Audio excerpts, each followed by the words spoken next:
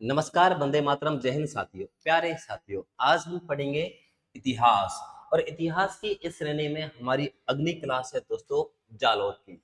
आज हम पढ़ेंगे जालौर का इतिहास। ये जो जालौर है, जालौर में एक वंश ने शासन किया है और वंश का नाम है दोस्तों चौहान वंश। जालौर में चौहान वंश ने शासन किया है। देखिए, हम इतिहास पढ़ने जा रहे हैं और इतिहास पढ़ने जा रहे हैं जालौर का। दोस्तों, ये जो जगह है जालौर, जालौर का प्राचीन नाम, जालौर का प्राचीन नाम, जालौर का प्राचीन नाम है जवालीपुर। जालौर का प्राचीन नाम है जवालीपुर। जालौर का प्राचीन नाम जवालीपुर है। और जवालीपुर में, जालौर में, आरंभ में, प्रारंभ में, यहाँ पर दोस्तों आरंभ में शासन किया। जालौर में आरंभ में शासन किया। यहाँ पे आरंभ में, प्रारंभ में शासन किया प्रतिहारों ने। किसने शासन किया? प्रतिहारों ने शासन किया। और प्रतिहार यहाँ शासन करने के बाद कन्नौज चले गए। प्रतिहार शासन करने के बाद कहाँ चले गए? कन्नौज। और कन्नौज यूपी में पड़ता है। कन्नौज कहाँ पे पड़ता है? यूपी में पड़ता है। याद रहे, जालौर का प्राचीन नाम है जवालीपुर। और जवालीपुर में आरंभ में, प्रारंभ में शासन किया प्रतिहारों ने। और प्रतिहार शासन करने के बाद कन्नौज चले गए। दोस्तों, जालौर का उपनाम अभी हाल ही में एग्जाम में पूछा कि जालौर का उपनाम है दोस्तों सुवर्ण नगरी। जालौर का उपनाम है सुवर्ण नगरी। सुवर्ण नगरी किसे कहते हैं? जालौर को कहते हैं। जबकि एग्जाम में क्या आया? स्वर्ण नगरी किसे कहते हैं? एग्जाम में आया स्वर्ण नगरी किसे कहते हैं। याद रहे, स्वर्ण नगरी जैसलमेर को कहते हैं। किसे कहते हैं? जैसलमेर को कहते हैं। तो दोस्तों, जालौर का प्राचीन नाम जवालीपुर और आरंभ में शासन किया प्रतिहारों ने। और प्रतिहार शासन करने के बाद कन्नौज चले गए। दोस्तों, जालौर में चौहान वंश की स्थापना 1182 में, जालौर में चौहान वंश की स्थापना 1182 में कीर्तिपाल ने की। जालौर में चौहान वंश की स्थापना 1182 में किसने की? कीर्तिपाल ने की। और एग्जाम में कीर्तिपाल की उपाधि पूछी जाती है। कीर्तिपाल की एक उपाधि है और कीर्तिपाल की उपाधि है कीतु ए महान राजा। उपाधि का क्या नाम है? उपाधि है कीतु ए महान राजा। कीर्तिपाल की उपाधि कीतु ए महान राजा। और कीर्तिपाल को ये उपाधि किसने दी? ये उपाधि दी मुहनौत नैंसी ने। ये उपाधि किसने दी? मुनौत नैंसी ने। कीर्तिपाल को ये उपाधि प्रदान की मुनौत नैंसी ने। और मुनौत नैंसी कौन है दोस्तों? मुनौत नैंसी जोधपुर के जोधपुर के जसवंत सिंह के जोधपुर के जसवंत सिंह के जोधपुर के जसवंत सिंह के दरबारी कवि। मुनौत नैंसी कौन है? जोधपुर के जसवंत सिंह के दरबारी कवि। एग्जाम में मुनौत नैंसी के ग्रंथ आते हैं। मुनौत नैंसी ने दोस्तों 2 ग्रंथ लिखे। इनके द्वारा जो 2 ग्रंथ लिखे गए, एक ग्रंथ का नाम है नैनसीरी ख्यात। एक ग्रंथ का नाम है, क्या नाम है? नैनसीरी ख्यात। देखो, मुनौत नैंसी का ग्रंथ है नैनसीरी ख्यात। ये जो नैनसीरी ख्यात है, इस नैनसीरी ख्यात में मारवाड़ क्षेत्र में पहली बार जनसंख्या के बारे में बताया गया है। जनसंख्या के बारे में बताया गया है, इसलिए इस ग्रंथ को, नैनसीरी ख्यात ग्रंथ को जनसंख्या का अग्रज कहते हैं। क्या कहते हैं? इस ग्रंथ को जनसंख्या का अग्रज कहते हैं। देखो, मुनौत नैंसी का एक ग्रंथ है नैनसीरी ख्यात, जिसमें जनसंख्या के बारे में बताया गया है, तो उसको हम जनसंख्या का अग्रज कहते हैं। और नैनसीरी ख्यात का और मुनौत नैंसी का एक ग्रंथ और भी है, उसका नाम है मारवाड़ी मारवाड़ी परग नरा मारवाड़ी परग नरारी विगत। एक ग्रंथ और है, क्या नाम है? मारवाड़ी प्रणाली विगत। और ये जो ग्रंथ है मारवाड़ी प्रणाली विगत, इसे मारवाड़ का गजेटियर कहते हैं। एग्जाम में आया हुआ है कि मारवाड़ का गजेटियर किसे कहते हैं? तो किसे कहते हैं? मारवाड़ी प्रणाली गद्य को कहते हैं। गजेटियर क्या है दोस्तों? याद रहे, गजेटियर ब्रिटिश लोगों का एक धार्मिक ग्रंथ है और उस ब्रिटिश लोगों के धार्मिक ग्रंथ से इस ग्रंथ की तुलना की गई है, इसलिए इसको मारवाड़ का गजेटियर कहते हैं। देखिए जयपुर के हैं, यहां लिख देता हूं मैं, जयपुर निवासी, जयपुर निवासी मुंशी देवी प्रसाद, मुंशी देवी प्रसाद, जयपुर निवासी मुंशी देवी प्रसाद ने मुनोत नैन्सी को, किसको? मुनोत नैन्सी को क्या कहा? राजपूताने का अबुल फजल, राजपूताने का अबुल फजल, राजपूताने का अबुल फजल किसने कहा है? जयपुर निवासी मुंशी देवी प्रसाद ने। मुंशी देवी प्रसाद ने मुनोत नैन्सी को क्या कहा? राजपूताने का अबुल फजल। कहाँ का इतिहास पढ़ रहे हैं? जालौर का।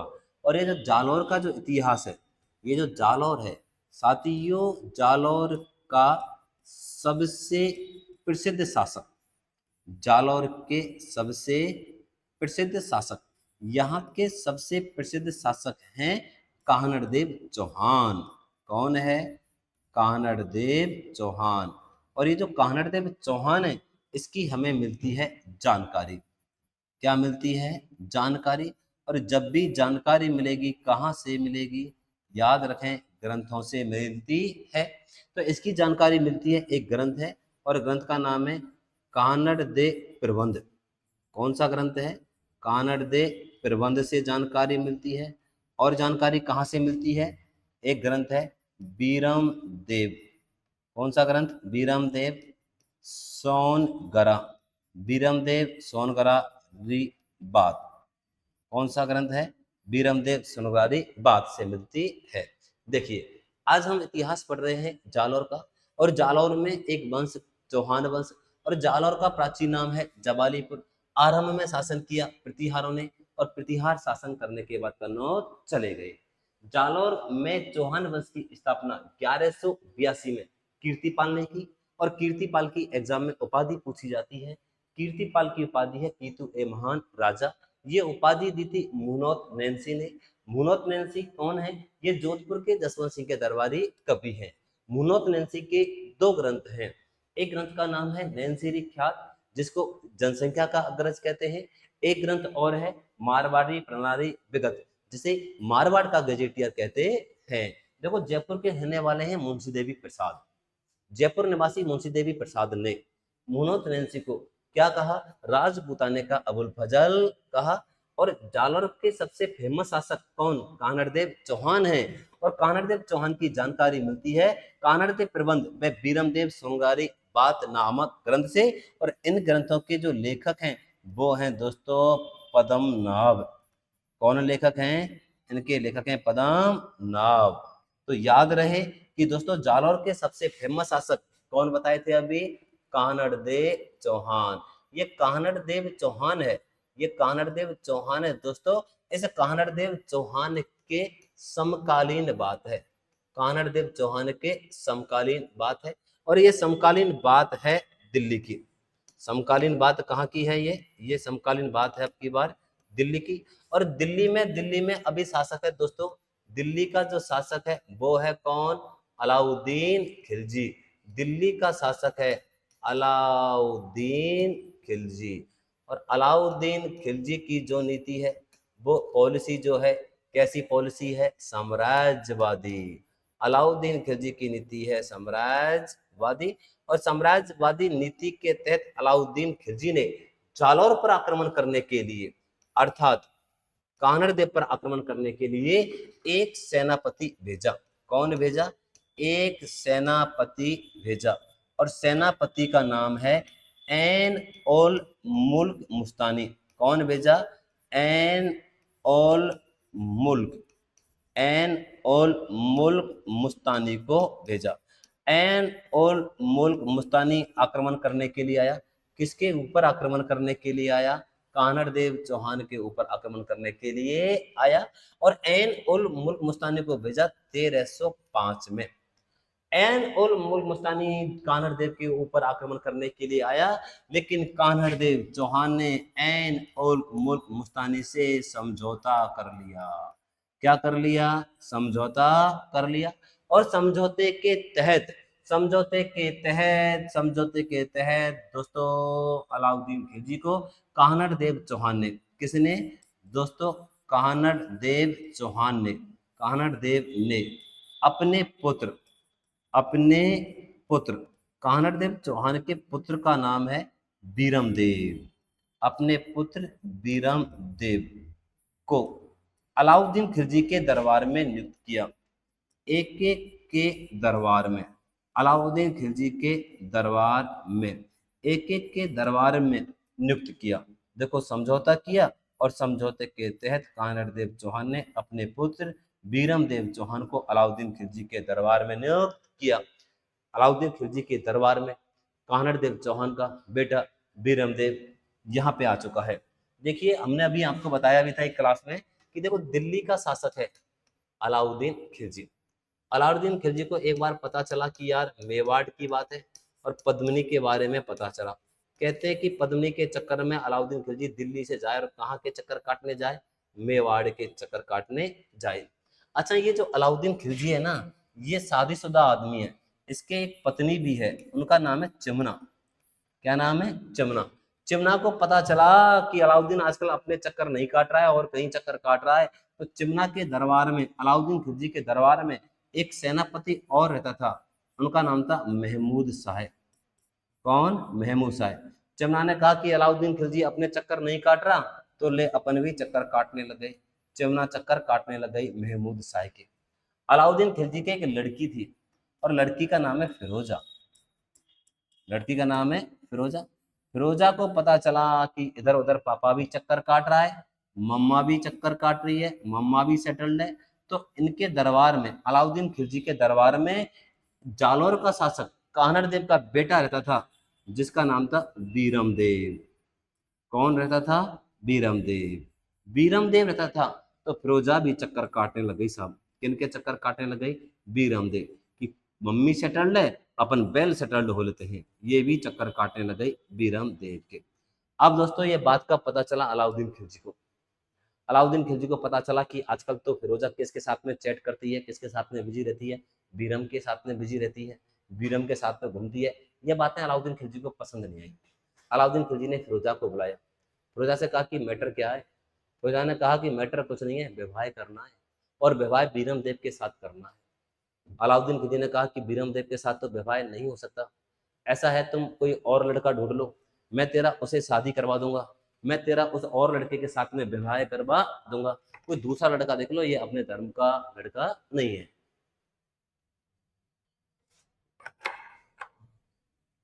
ये अपने धर्म का लड़का नहीं है, कोई और लड़का देख लो। बीरम देव से सॉरी फिरोजा ने अलाउद्दीन खिलजी से कहा कि नहीं, शादी तो होनी है और इसी के साथ में होगी, बीरम देव के साथ में होगी। और उसने कहा जल्दी शादी करवाओ, लो आज से तो खाना पीना भी बंद। इधर पता चला अलाउद्दीन खिलजी को कि यार खाना पीना बंद, तुरंत ही शादी करवाओ, इधर प्रेशराइज करे फिरोजा। तो अलाउद्दीन खिलजी ने अगले दिन बीरम को बुलाया और बीरम से कहा कि क्या मैटर है? बीरम ने कहा साहब अपना कोई मैटर नहीं है, मैटर तो उधर से ही हो रहा है कि देखो मुझे पता नहीं क्या है, मेरी लड़की तुझको चाहती है, मैं अपनी लड़की का तेरे साथ में विवाह करना चाहता हूँ। तेरे पास में रात रात का समय है, सोच समझ कर बता देना। रात रात का समय है। अलाउद्दीन खिलजी एक रात की परमिशन देता है। कल तुझे जवाब देना है, मेरी लड़की का मैं तेरे साथ क्या करना चाहता हूँ, विवाह करना चाहता हूँ। एक रात का समय कल बता देना। और सुन, एक बात का ध्यान रहे, अलाउद्दीन खिलजी के कानों को ना सुनने की आदत नहीं है। अलाउद्दीन खिलजी ने ये भी बोल दिया कि अलाउद्दीन खिलजी के कानों को ना सुनने की आदत नहीं है, कि जो जवाब देना है, जवाब भी अलाउद्दीन खिलजी क्या चाहता है? हाँ में आना चाहिए। अब बीरम देव चौहान रात भर सोचता रहा कि यार क्या दूं जवाब, हाँ में दूं, ना में दूं, हाँ में दूं, ना में दूं, ना में तो दे भी नहीं सकता, ना में दे तो अलाउद्दीन खिलजी इसको छोड़े भी नहीं। तो वो सोचता रहा कि यार जवाब कैसे दूं, हाँ में दूं, ना में दूं। तब उसने रात में डिसाइड किया कि यार ये जवाब ना में दे देता हूँ, और उसने नाम में दूंगा तो फिर वो अलाउद्दीन खिलजी इसको छोड़ेगा ही नहीं। तो उसने कहा कि यार यहाँ से तो निकलते हैं, अपने घर ही चलते हैं। तो रातारूत बीरम देव यहाँ से हो गया फरार। यहाँ से फरार हो गया और सीधा आके रुका कहाँ पे, जालौर में। अब जालौर तो उनके पिताजी मिले, इनके पिता का नाम है कानड़देव चौहान। कानड़देव चौहान ने बीरमदेव को पूछा कि यार तू अचानक से आया है, कैसे आया है, बिना कॉल, बिना फोन, बिना मैसेज, बिना संदेश, ऐसे ही चला आया? तो उसने कहा कि पिताजी कुछ बात ही ऐसी थी, अचानक से आना पड़ा। क्यों आना पड़ा? तो उसने कहा कि जो अलाउद्दीन खिलजी है ना, वो अपनी लड़की फिरोजा का विवाह मेरे साथ में करना चाहता है। कानड़देव ने कहा कर लेता, बढ़िया है, अलाउद्दीन खिलजी का दामाद होना उस जमाने में बड़ी बात थी, कि अलाउद्दीन खिलजी का दामाद होना, कर लेता ना पागल। उसने कहा पिताजी नहीं, अपने लायक आदमी नहीं है। उसने कहा क्यों, कैसे नहीं है? इसलिए नहीं है कि अलाउद्दीन खिलजी तो पता नहीं खुद कितनों के चक्कर में घूम रहा है, और उसकी जो मम्मी है ना वो चक्कर काट रही है रोज महमूद शाह के, और ये लड़की कौन, फिरोजा, शादी से पहले मेरे चक्कर काट रही है, शादी के बाद यदि किसी दूसरे का चक्कर ना काटे इस बात की क्या गारंटी है? अच्छा, पिता ने कहा कि यार सही कह रहा है, तो इसलिए चलाया कि चल चलाया तो चलाया, अब होगा जो देखा जाएगा। उधर अलाउद्दीन खिलजी ने देखा कि बीरम तो अपने कमरे में नहीं है, बीरम तो कमरे से हो गया फरार। तो अलाउद्दीन खिलजी ने अपना अपमान समझा, और उधर अलाउद्दीन खिलजी की लड़की वो ज्यादा प्रेशराइज करे कि मुझे तो वही चाहिए, वही वाली लूंगा। कौन? कानड़देव, सॉरी, कानड़देव का पुत्र कौन? बीरमदेव।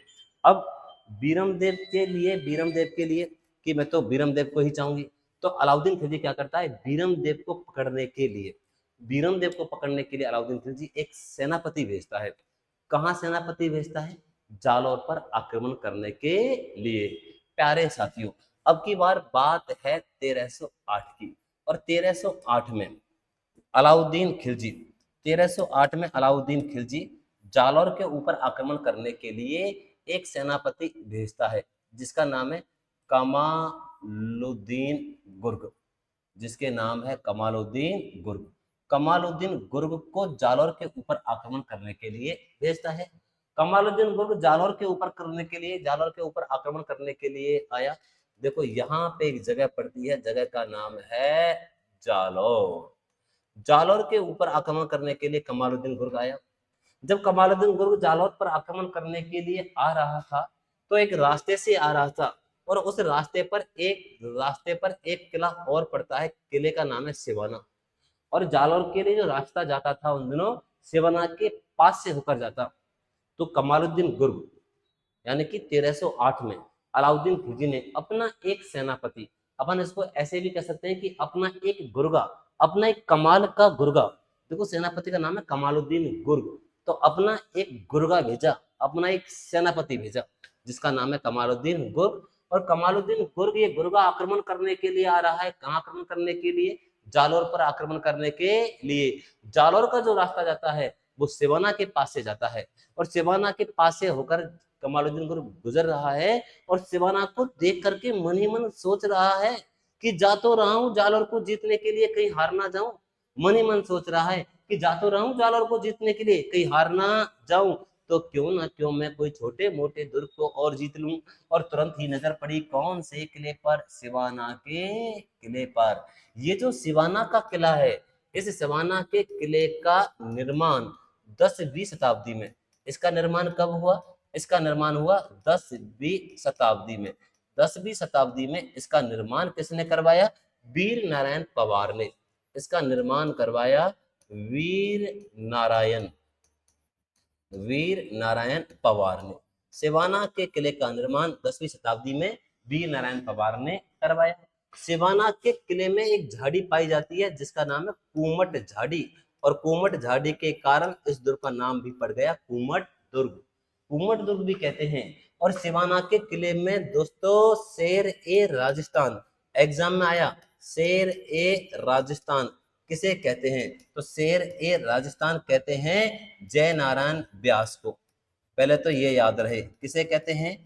जय नारायण व्यास को कहते हैं। शेर ए राजस्थान जय नारायण व्यास को कहते हैं। शेर ए राजस्थान को बंदी बना के रखा गया, जय नारायण व्यास को बंदी बना के रखा गया। एक बात का और ध्यान रहे कि ये जो सिवाना का किला है ना, सिवाना का किला ये 56 की पहाड़ी पर है। कौन सी पहाड़ी पर है? ये 56 की पहाड़ी पर है। और 56 की पहाड़ी के ऊपर एक पहाड़ी और है, उसका नाम है हल्देश्वर की पहाड़ी। 56 की पहाड़ी के ऊपर कौन सी पहाड़ी? हल्देश्वर की पहाड़ी। और ये जो हल्देश्वर की पहाड़ी है ना, इसके ऊपर एक स्थान और भी है, उसका नाम है पीपलूद। उस स्थान के नाम है पीपलूद। और याद रहे, पीपलूद को राजस्थान का लघु माउंट आबू कहते हैं। ये एग्जाम में आया, राजस्थान का लघु माउंट आबू। पीपलूद को राजस्थान का लघु माउंट आबू कहते हैं। देखो सिवाना का किला, इस दौरान सिवाना के शासक है शीतलदेव चौहान।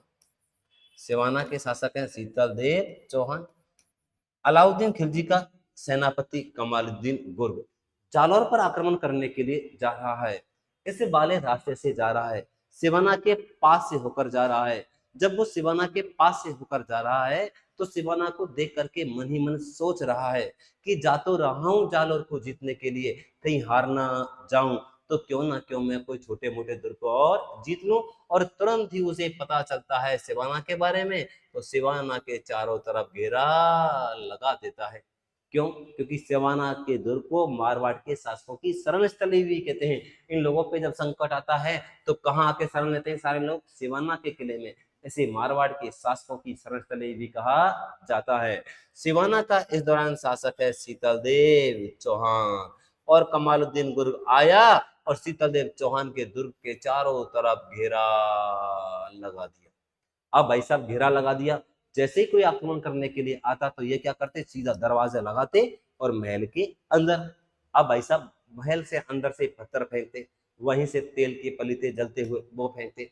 अब दुश्मन के सामने एक ही समस्या रहती कि दुर्ग में कैसे एंटर करें, दुर्ग में कैसे प्रवेश करें, दुर्ग के दरवाजे कैसे खुलें। और आपको भी पता है दुर्ग के दरवाजे कैसे खुलेंगे, दुर्ग के दरवाजे ऐसे खुलेंगे, या तो दुर्ग में पेयजल की समस्या आएगी, यानी कि पानी बीतेगा, पानी खत्म होगा तो प्यासे मरेंगे, मजबूरी में दरवाजा खोलना पड़ेगा। या भाई साहब दुर्ग में खाद्यान्न की कमी आएगी, जब अनाज ही बीत जाएगा, भूखे मरेंगे, तो मजबूरी में दरवाजा खोलना पड़ेगा। या कोई तुम्हारा ही बंदा तुम्हारे साथ में क्या कर दे, गद्दारी कर दे, कोई तुम्हारे तुम्हार को बतला दे, कोई तुम्हारी सुरंग को बतला दे, जिसके माध्यम से दुश्मन तुम्हारे दुर्ग के अंदर प्रवेश कर जाए।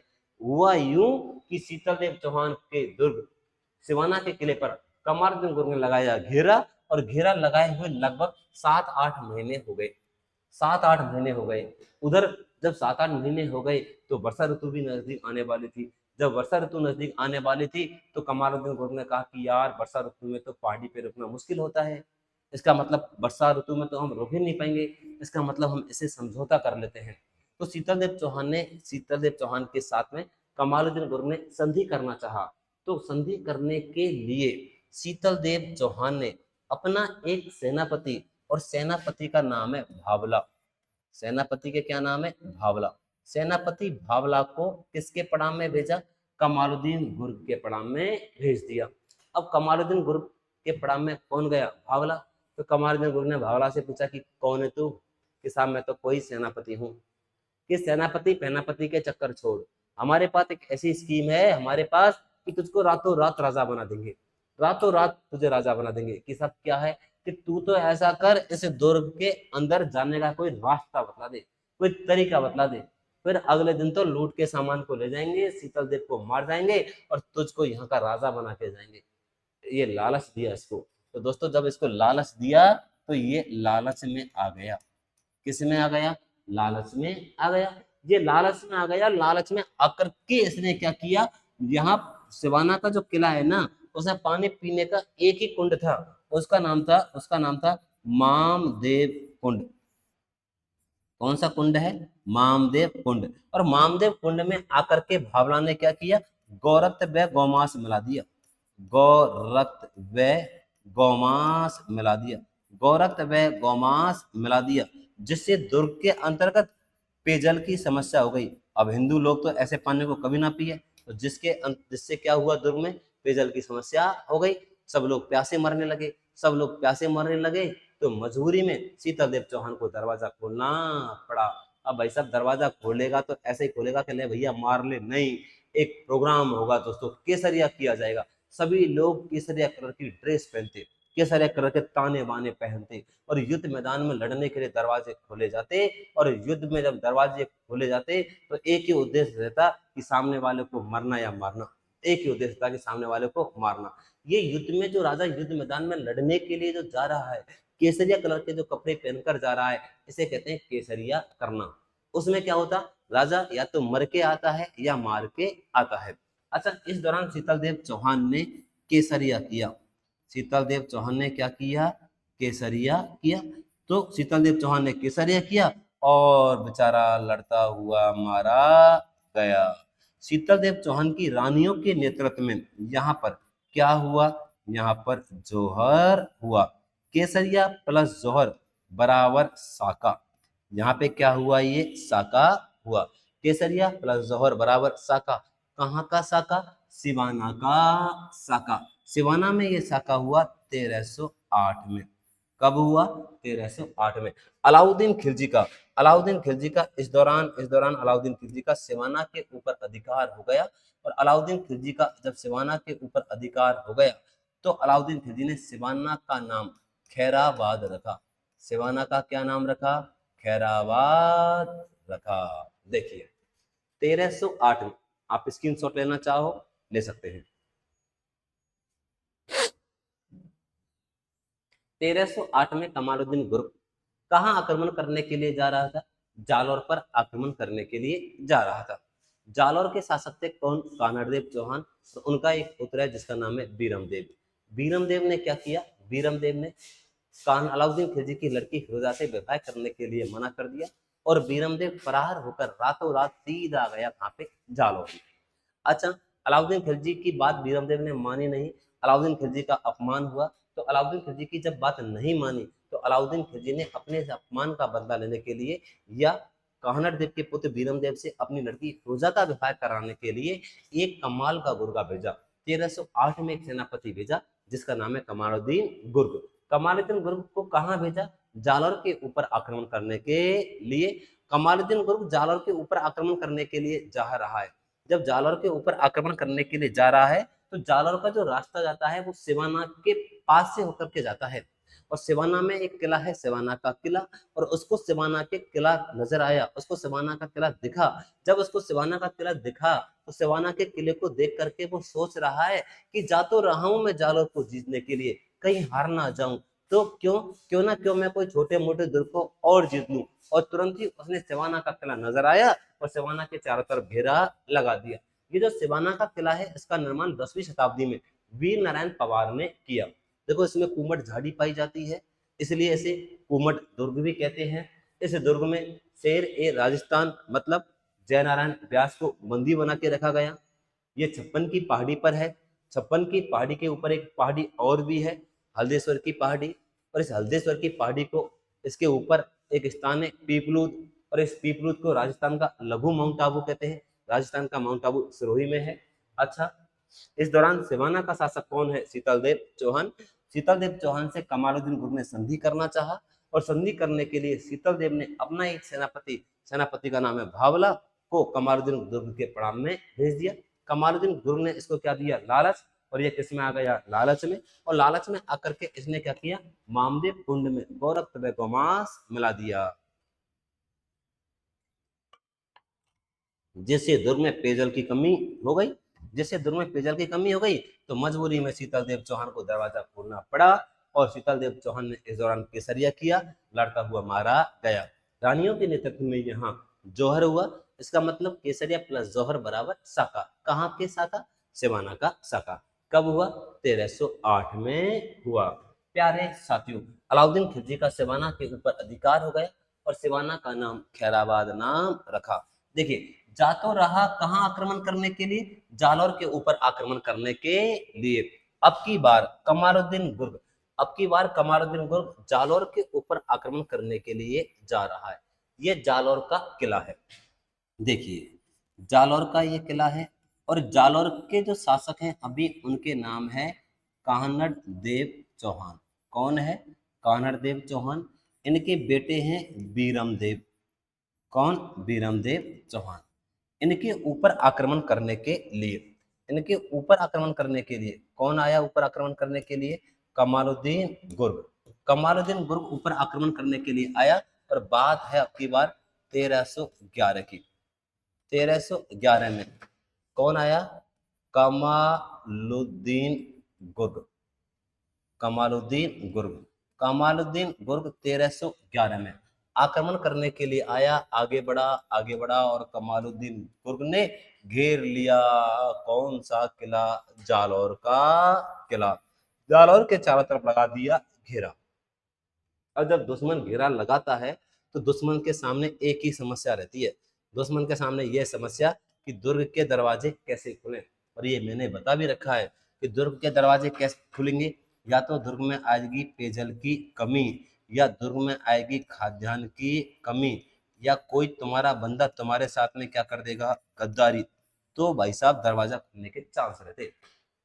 वो आइए कि कमालुद्दीन गुर्ग ने जालौर के लगा दिया घेरा। लगभग 7-8 महीने हो गए, दुर्ग के दरवाजे नहीं खुले।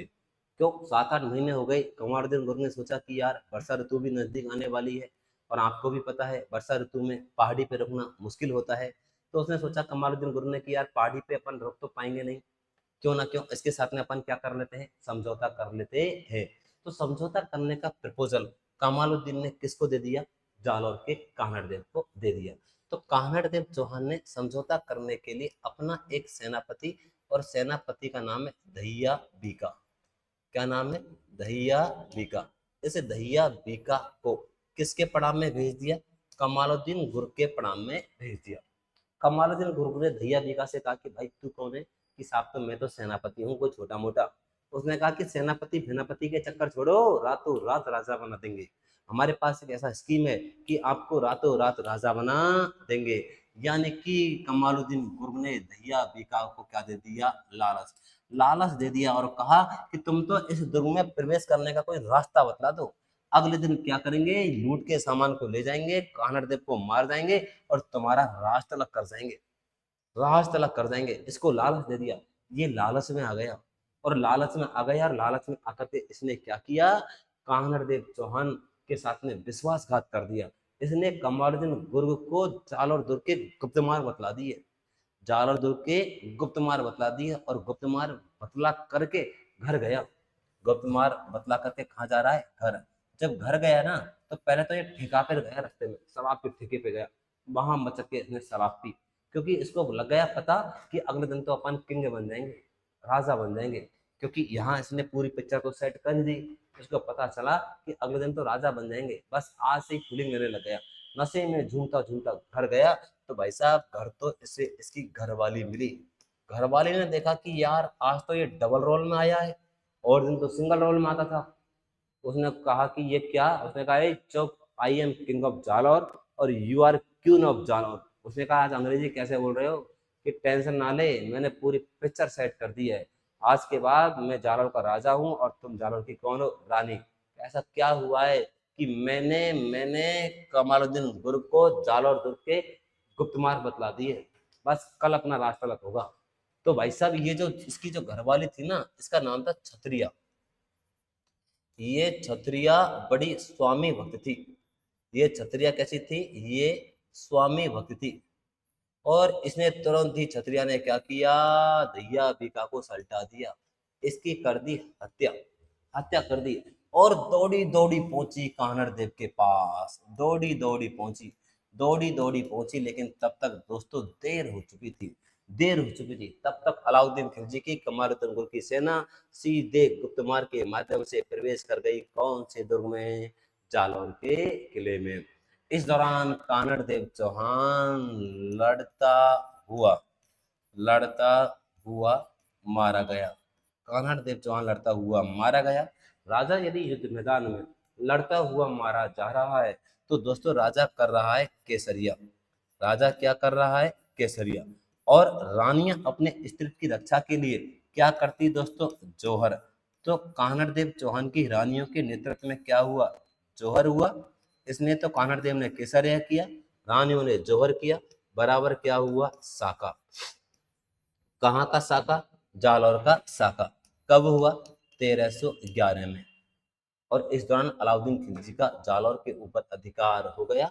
और अलाउद्दीन खिलजी ने जालौर के ऊपर अधिकार होने के बाद जालौर का नाम जलालाबाद रखा। जालौर का क्या नाम रखा? जालौर का नाम जलालाबाद रखा। जब अधिकार हो गया तो जालौर का नाम क्या नाम रखा? जलालाबाद रखा। सिवाना का तो नाम क्या नाम रखा? खैराबाद। और जालौर का नाम जलालाबाद।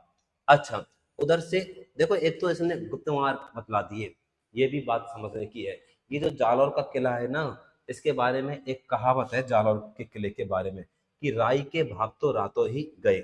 ये जालौर दुर्ग के बारे में कहावत है, राई के भाव रातों ही गए।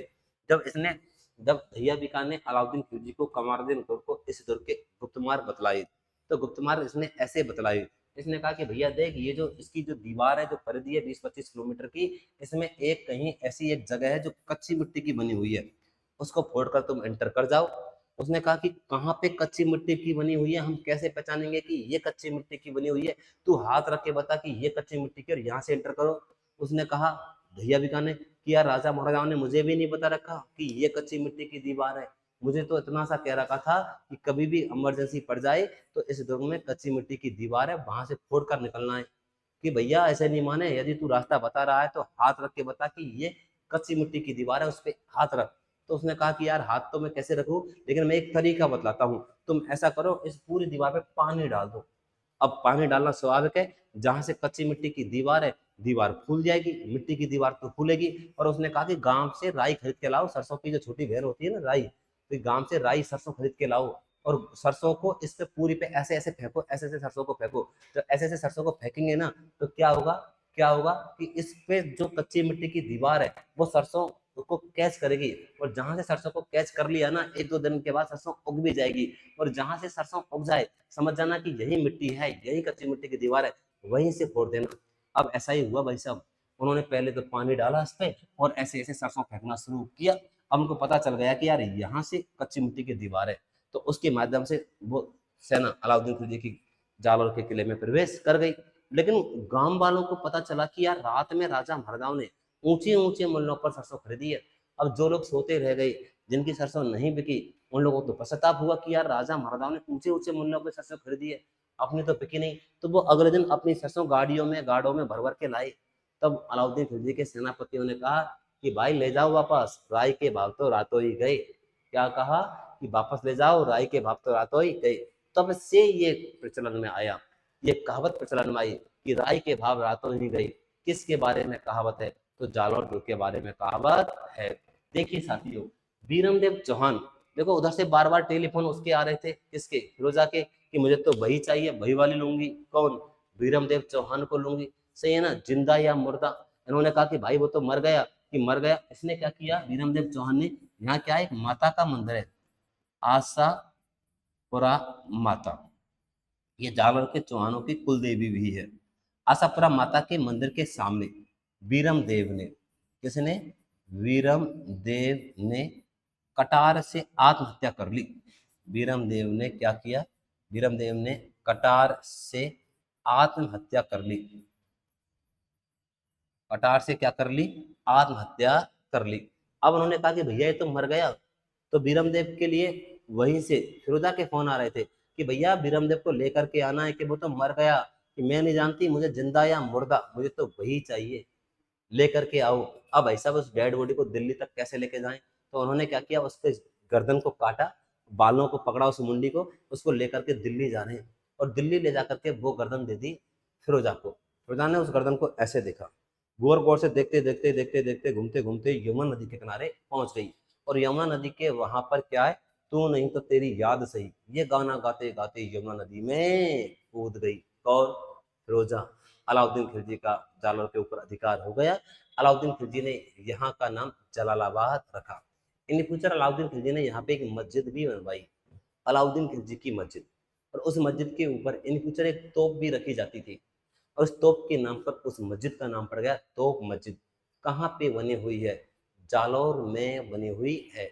प्यारे साथियों, हमने आपको जालौर के इतिहास को समझाने का एक छोटा सा प्रयास किया।